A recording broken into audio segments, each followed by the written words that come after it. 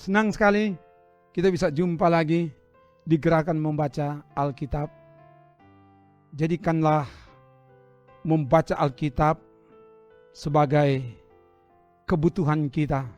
Sebab firman Allah adalah pelita, suluh abadi yang menerangi jalan hidup kita. Dan karena itu kita akan membaca. Sebelum membaca, mari berdoa. Ya Bapa, kami akan baca firman-Mu dari Alkitab, dan kami mohon Roh Tuhan yang menuntun hamba-Mu dan semua yang mengikuti bacaan firman Tuhan ini, supaya firman-Mu dapat dibacakan dari dan di dalam tuntunan kuasa Roh Tuhan, dan kami menemukan kehendak Tuhan karena dituntun oleh Roh Tuhan, dan Roh Tuhan jugalah yang memampukan kami melakukan firman-Mu di hidup ini. Ke dalam kuasa-Mu hamba serahkan dalam nama Tuhan Yesus. Haleluya. Amin. Kita ada di hari ke-358. Dan di hari ke-358 ini kita akan membaca dari kitab Wahyu pasal 11 sampai pasal 12. Begini dikatakan.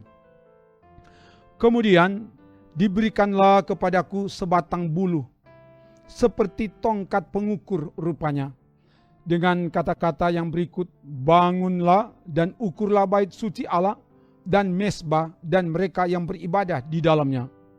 Tetapi kecualikan pelataran bait suci yang di sebelah luar, janganlah engkau mengukurnya, karena ia telah diberikan kepada bangsa-bangsa lain, dan mereka akan menginjak-injak kota suci 42 bulan lamanya.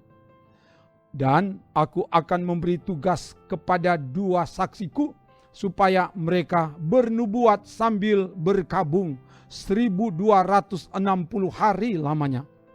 Mereka adalah kedua pohon zaitun dan kedua kaki dian yang berdiri di hadapan Tuhan semesta alam.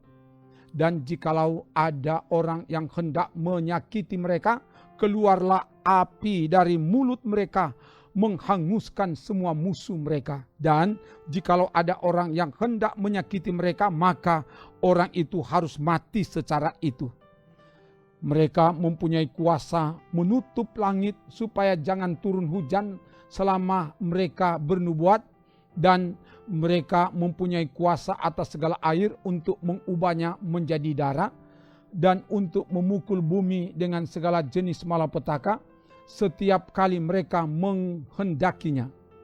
Dan apabila mereka telah menyelesaikan kesaksian mereka, maka binatang yang muncul dari jurang maut akan memerangi mereka dan mengalahkan serta membunuh mereka.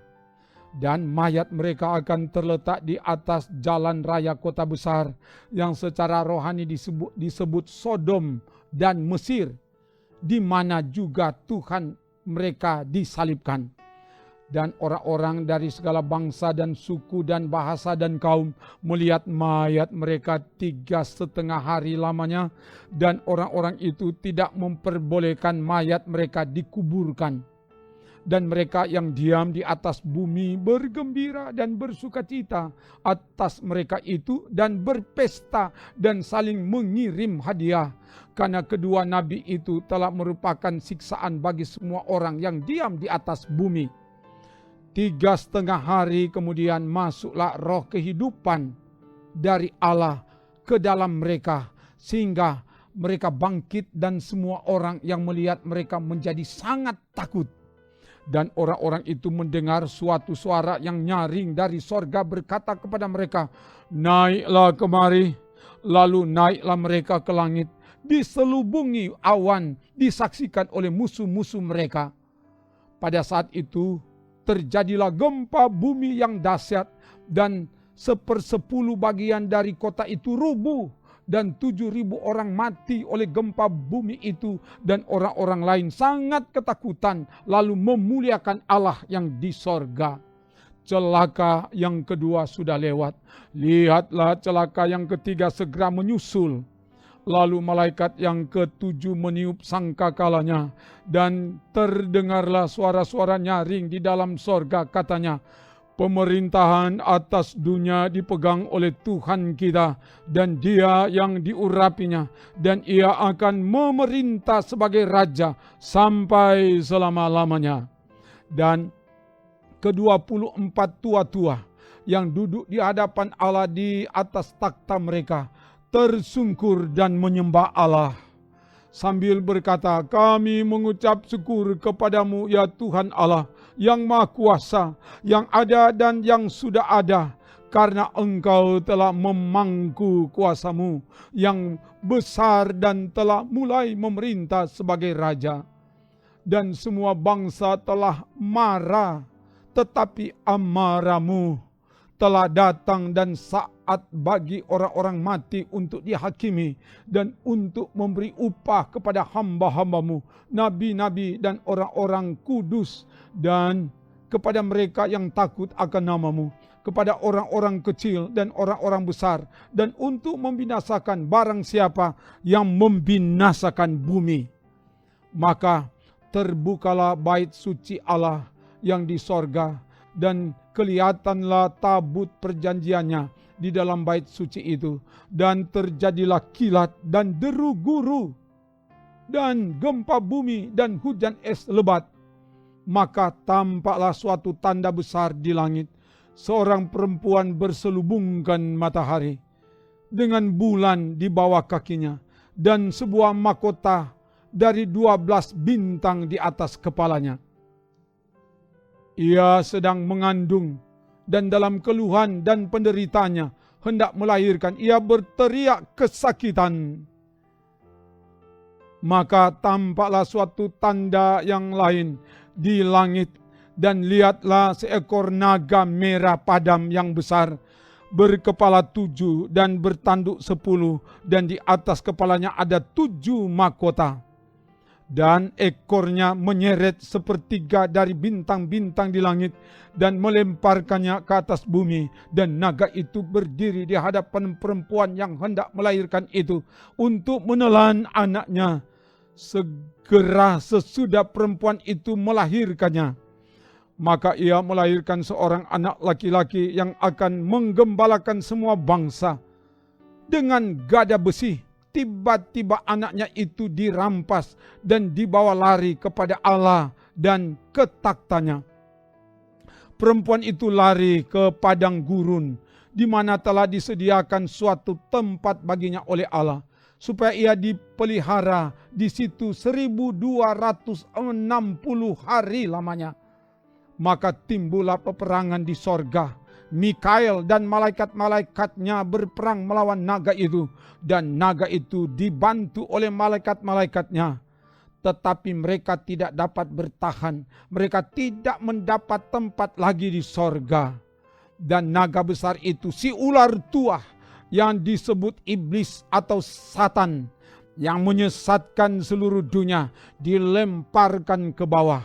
Ia dilemparkan ke bumi bersama-sama dengan malaikat-malaikatnya. Dan aku mendengar suara yang nyaring di sorga berkata, sekarang telah tiba keselamatan dan kuasa dan pemerintahan Allah kita dan kekuasaan Dia yang diurapinya, karena telah dilemparkan ke bawah pendakwa saudara-saudara kita yang mendakwa mereka siang dan malam di hadapan Allah kita. Dan mereka mengalahkan Dia oleh darah anak domba dan oleh perkataan kesaksian mereka, karena mereka tidak mengasihi nyawa mereka sampai ke dalam maut. Karena itu bersukacitalah hai sorga dan hai kamu sekalian yang diam di dalamnya. Celakalah kamu hai bumi dan laut, karena iblis telah turun kepadamu dalam geramnya yang dahsyat, karena ia tahu bahwa waktunya sudah singkat. Dan ketika naga itu sadar bahwa ia telah dilemparkan di atas bumi, ia memburu perempuan yang melahirkan anak laki-laki itu.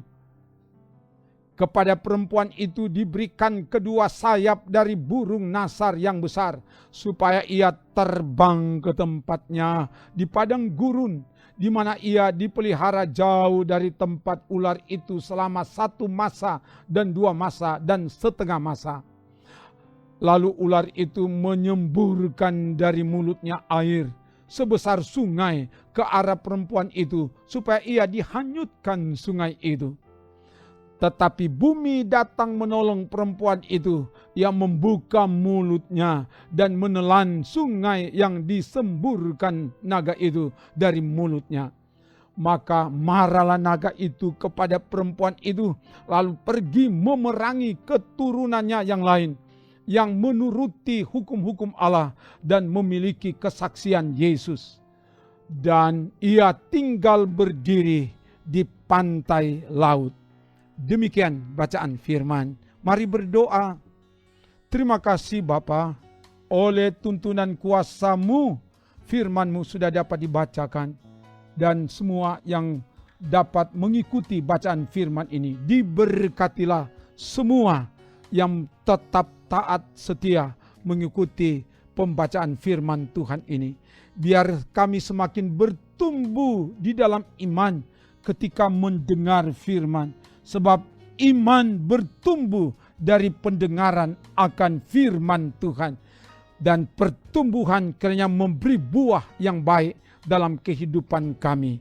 Terpuji nama-Mu Bapa, dalam nama Tuhan Yesus. Haleluya. Amin. Demikian bacaan firman Tuhan. Tuhan Allah oleh kasih-Nya, oleh rahmat yang besar, akan sertai menuntun kita. Dia membawa kita berjalan di jalan-Nya, sehingga kita menggapai hari esok yang lebih baik dari hari ini.